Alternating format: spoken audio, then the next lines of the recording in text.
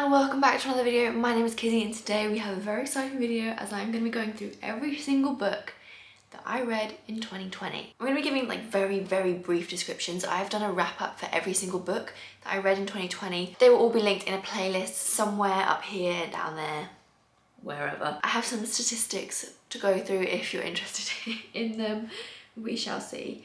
But the first thing, I read 60 books in 2020. My goal was to read 30 because in 2019 I read 17 books throughout the entire year, which is still like a great number. I'm still happy with that. But obviously I joined BookTube right at the end of December last year, and that has given me a big motivation to get more reading done this year, and I think it's really helped, clearly, as I've now read 60 books in 1 year. Some of them obviously are quite short, you know. Quite a few of them, especially towards the end of the year in the last few months, I've been getting into more audiobooks. So that is new for me as well. I didn't really listen to audiobooks or kind of like audiobooks until kind of like the last few months. So that's also helped a lot when I wasn't really in a reading mood, but I still wanted to be involved in a story or something. So yes, first of all, let's do some statistics. So yes, as I said, I read 60 books. Of those 60 books, sorry, I can't see, so I'm gonna have to like go really close to my computer. Of those 60 books, 32, so over half of them, were fantasy.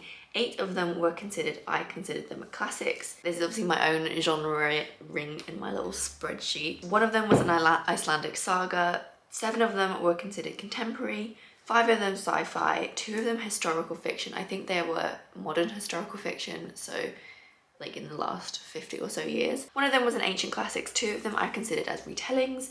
1 was a non-fiction. I have no idea what that is. And 1 was a fantasy / historical fiction, so it went into 2 genres. Obviously I like fantasy. Fantasy is my top genre. If you've been following me at all, this won't be a surprise at all, but obviously Brandon Sanderson is there at number 1. I've read 8 of his books this year. Then in number 2, I have Leah Bardugo in number 2 with 5 of her books read this year. Then I have Sarah J Maas at number 4, and then 3 of H.G. Wells because uni life.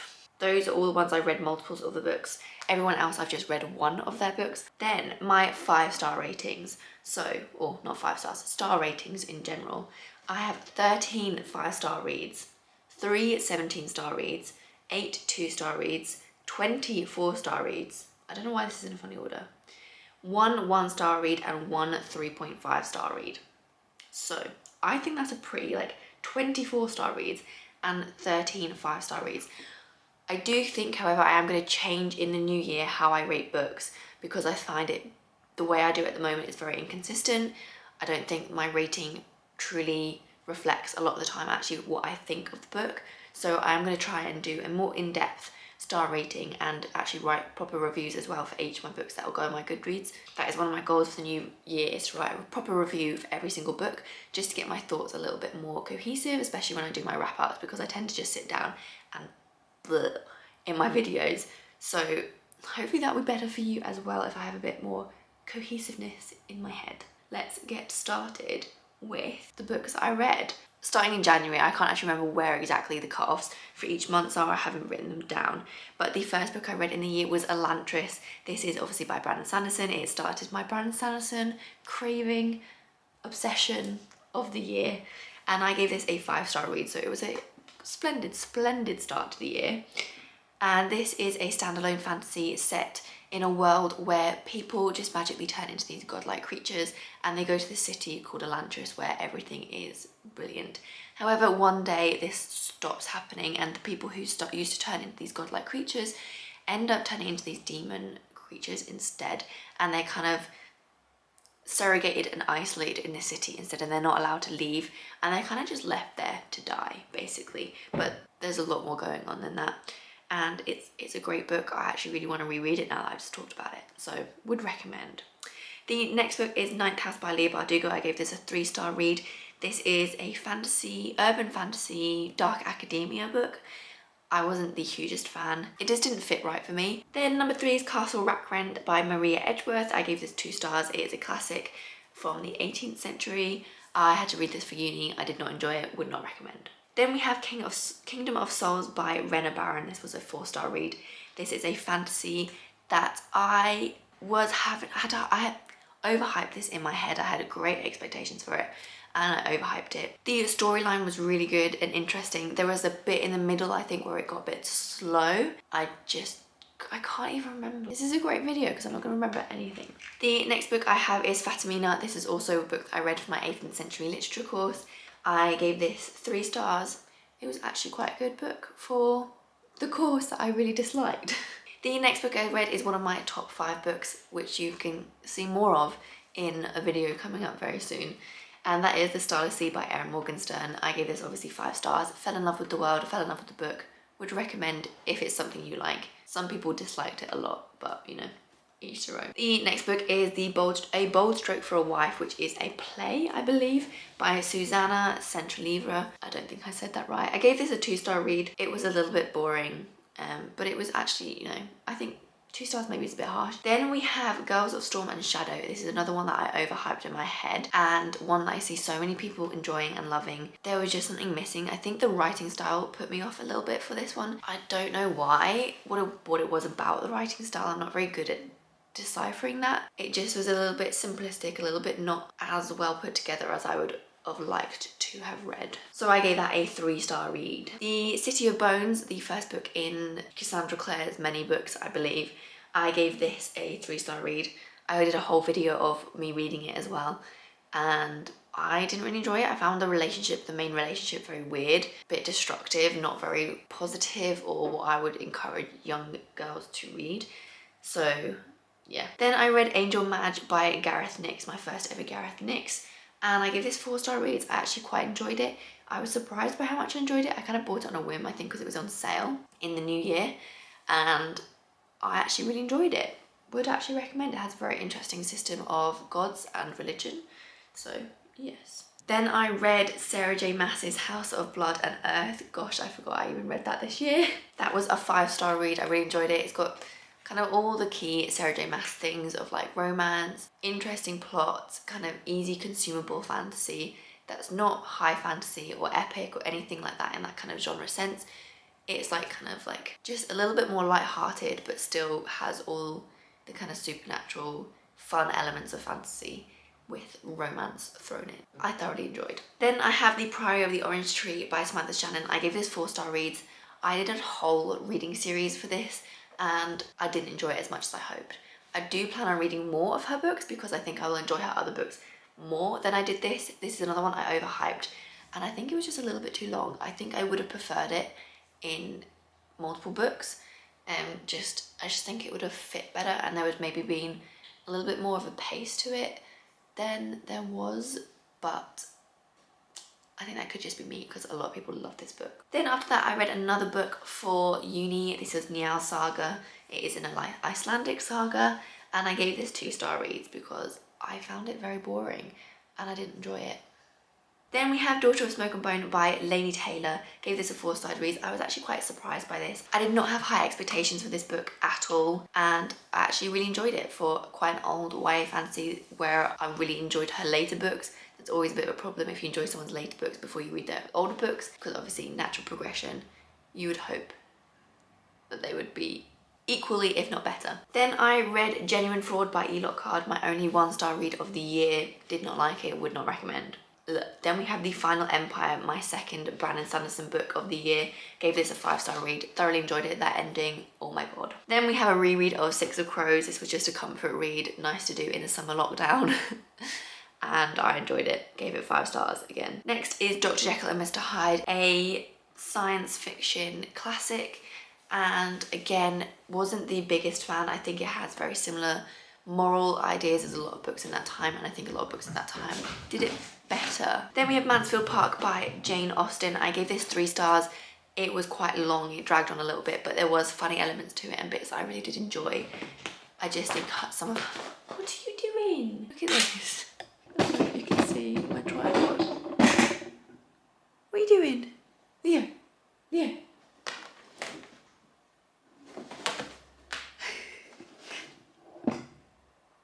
What are you doing? You having fun? He's a little rock climber, I swear. Then I have another book by Sarah J Maas. This is The Assassin's Blade, which is a short story collection.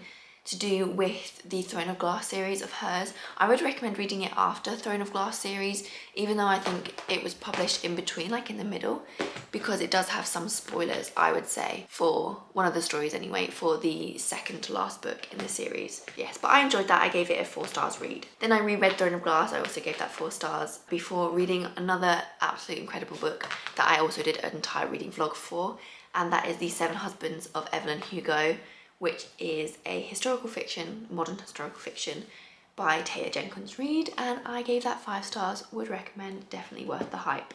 The next book I read is The Bear and the Nightingale by Katherine Arden. I gave this 3 stars, again another one I overhyped in my head. Can we see a theme? I think we can. It was a whirlwind, this book. I loved it, I hated it.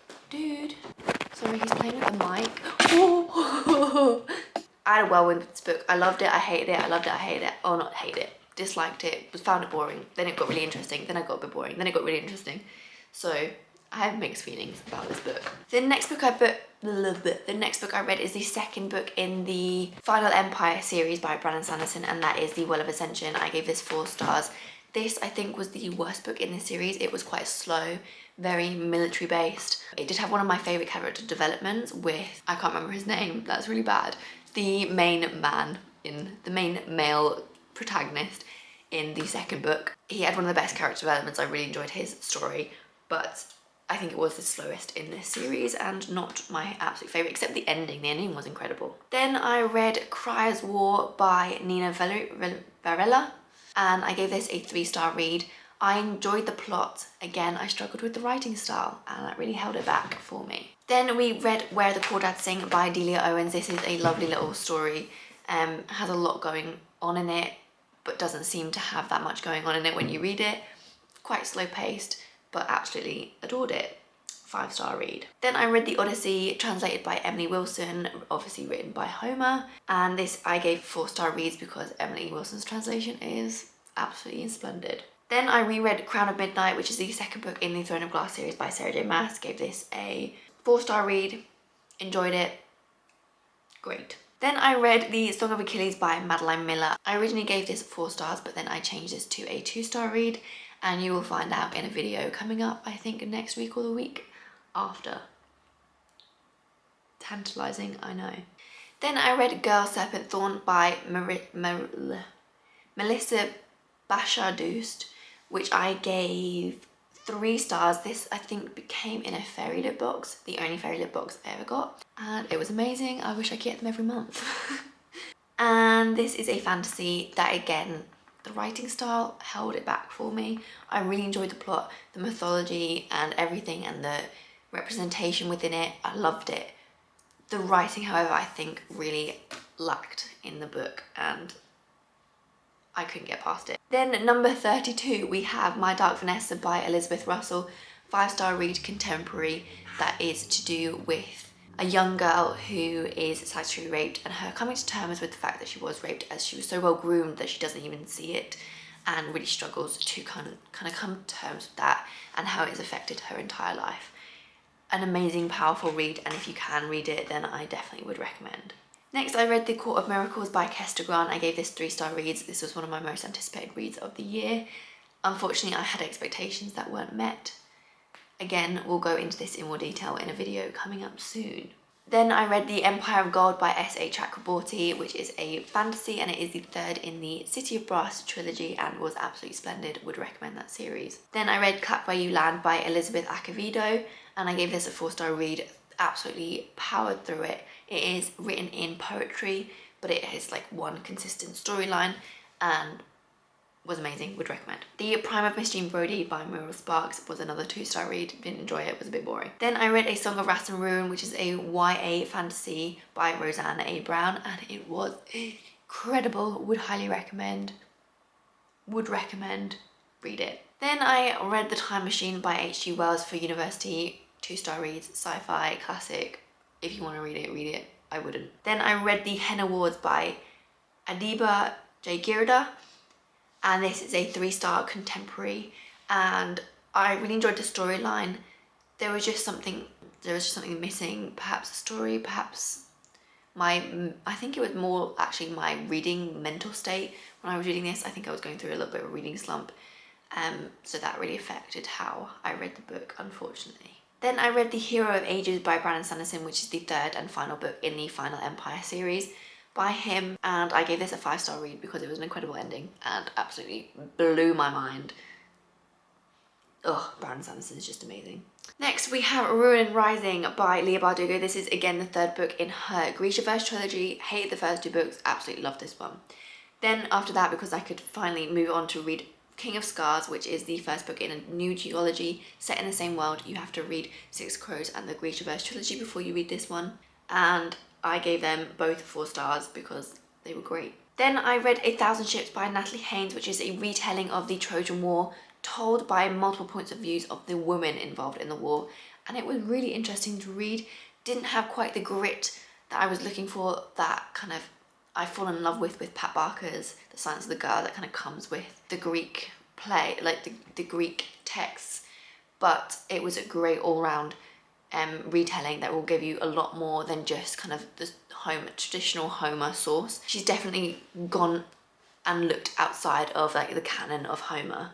Next I read Refugee Tales, which is a short story collection told in many different forms by many different authors of the stories of different refugees and their tales. It was incredibly eye-opening, would highly recommend everyone read this book.